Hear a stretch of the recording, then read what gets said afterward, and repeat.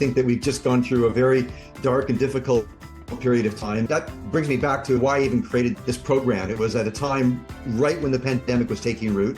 The commentary was all over the map and often very polarizing and very sensational in terms of trying to make headlines. I was frustrated and really just wanted to talk to people who were in the trenches, who had real data, real experience, and were prepared to share that with what was really going on. Not so much, proclamations as to what would be 3 months or 6 months or 12 months from now, but really what was happening today.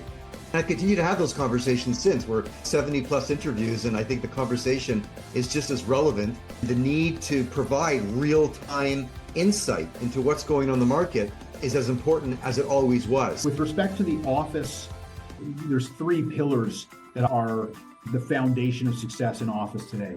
It's zero carbon. You need at least a path to zero carbon. And if you don't have that, I think you're going to wake up in 5 years' time or 10 years' time and really regret not having a path to zero carbon. And it's an issue today, but it's a growing issue. And I think in 5 or 10 years, it's going to be an existential issue. So I think that's number one.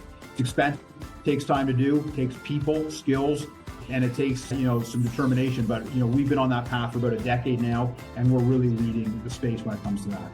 The second thing is the amenitization of buildings. So things like your F&B offering.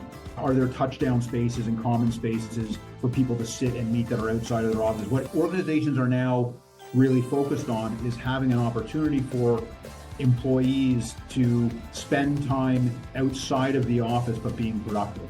So, do you have the touchdown spaces that tenants really want? And there are some great examples of those kinds of things, not just in our buildings, but in other buildings across the city. The last part is, and I don't know if budget can get you there because you either sort of are or you aren't, but it's access to transit.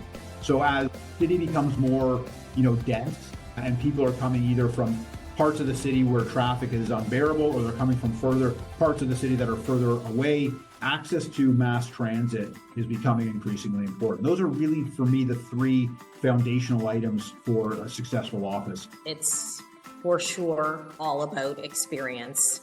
And I think that's a large part driven by the demographics part of the story. We're operators, so we have this vantage point from which to see these kinds of trends.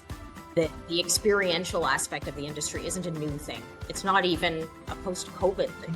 It's newer in the headlines, but to most operators, it's actually something that's been apparent for quite some time. We maybe didn't have the ability to, or the technologies to execute it in as slick a manner as many operators are doing now. But it's always been out there. And that's why, as a focus in most of our repositioning, going back to our first fund in 2006, it was on adding best-in-class amenities that you wouldn't typically see in suburban assets, adding common area space that's compelling, buildings, ensuring that buildings or office communities are healthy. And of course now what we can do and what we do is look to technology to facilitate communicating and engaging with the users of the building. And then also to help us create that healthy, efficient, nice, vibrant office community. Place attachment is an idea from the world of environmental psychology that suggests that we have relationships with places. It's why we sit at the same chair at the dining room table most days, or we have the same seat at temple or church, or we love the same table at the bar. Like, we might say we're creatures of habit, but it's actually way beyond that. We form these connections with these environments and they have a meaning to us.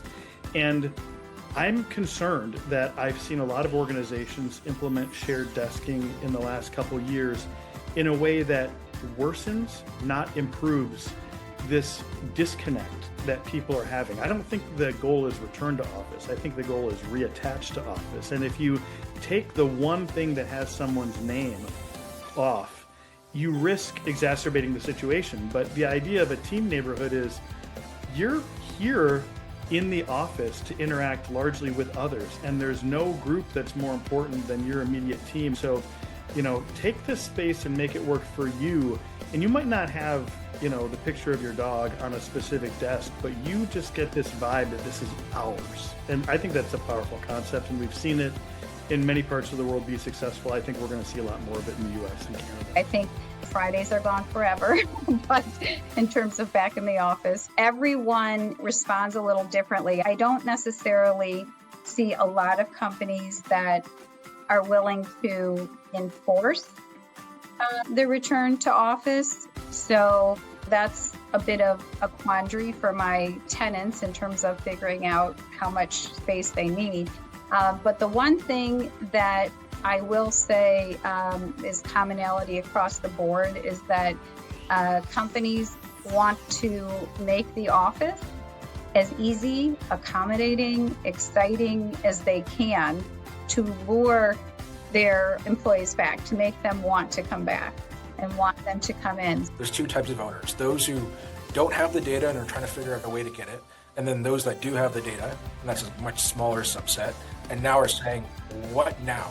What's next? And I think the answer to that really lies in the ability to make recommendations in real time for supporting your space and understanding what's happening in real time, as well as just the predictive nature of what data can do. We're able to predict the time occupants will arrive at your building in order to generate a HVAC startup system recommendation, right? But being able to predict when are people going to be there? When are they going to go to lunch so we can ramp down systems? When are they going to return back from lunch? When are they going to leave early? Are people coming to work on Friday? The answer is no. Those types of insights that real estate owners need to understand and know. My advice to a lot of real estate owners, managers, tenant reps, basically anyone who is a player. Two things on the data front. The first one is around building your own data lake, getting access to your proprietary data, because you will need a moat in order to compete in 3 to 5 years, especially with my number 2 point with AI and how easy it is to use some of these tools. And I know that's a buzzword, but if anyone has used ChatGPT, they're understanding the magic of like just LLMs and how quickly AI has just skyrocketed in usability the last couple of years.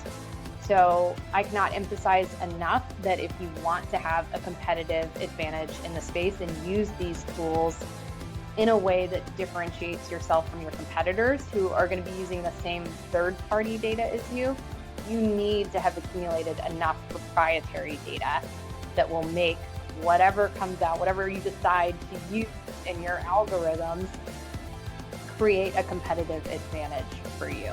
I'm just finishing an amazing book called Unreasonable Hospitality, written by an entrepreneur in the restaurant business, where obviously hospitality is key. But I just think that there's so much to be learned for any business. For me, it just highlighted what I've been thinking about for quite some time, this whole notion of how we create destinations of choice, how we up the experience to instill a desire to be back in the physical workplace. We don't believe in mandates. We really believe that people need to come back because they want to be there. They choose to be there.